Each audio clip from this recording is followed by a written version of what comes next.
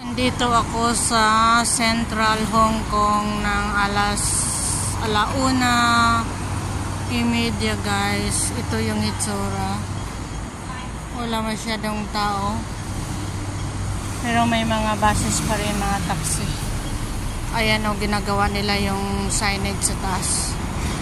Mga ganitong oras nila ginagawa yan guys. Kasi para hindi makadisturbo ng mga tao. So ayan. Iniwan ko si amo doon. Baka magtataka yun sa mamaya. Wala ako.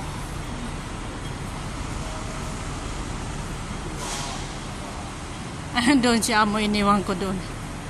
Baka darating na yung bus. So, dito yung Worldwide guys. Worldwide house. Nasa taas, puro Pinoy shop.